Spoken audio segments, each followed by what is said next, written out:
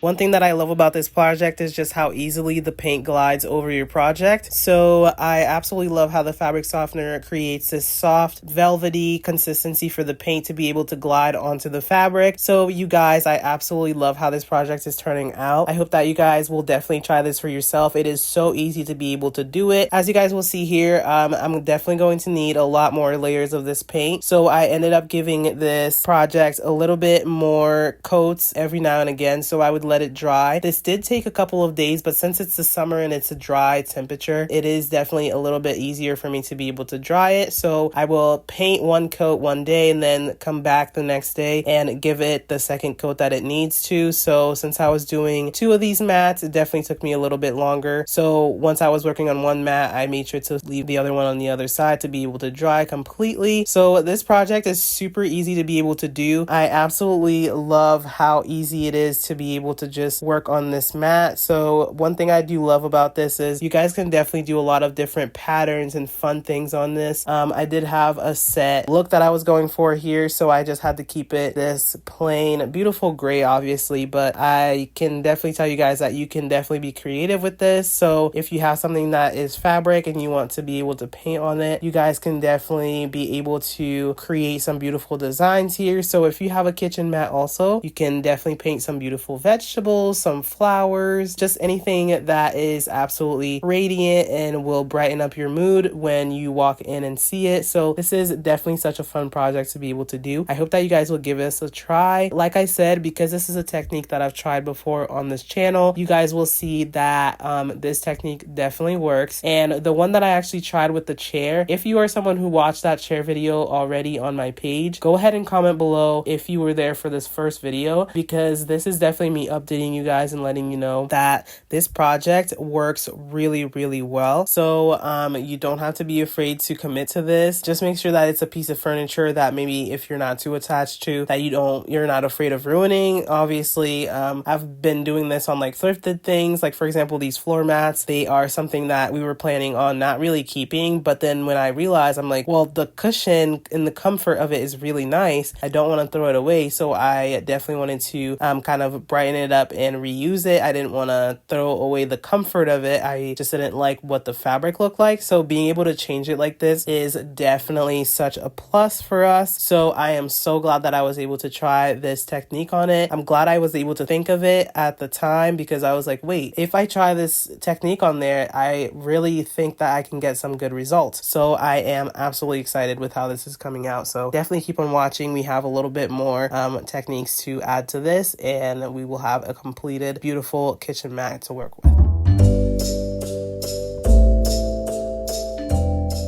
It's not a proper DIY on this channel if the Cricut doesn't at least come out in some way, shape, or form. So for this project, I'm going to make a stencil out of my Cricut using Mylar sheets. They have other names for this too, but I will link these down in the description bar below for you guys so that you guys can go ahead and shop this set if you want to. But this is definitely such an easy way to be able to print any type of painted design onto your project. So I absolutely love using this. You guys know that I've already used something similar like this on my channel if you've been here already. If you haven't been here, go ahead and subscribe, and then you can be familiar with all the techniques that we use here. So go ahead and do that. Make sure to subscribe, like, comment, and share with anyone else who would enjoy these types of projects. And I really appreciate you guys. Keep on watching. We are definitely almost there. So let's go ahead and keep going.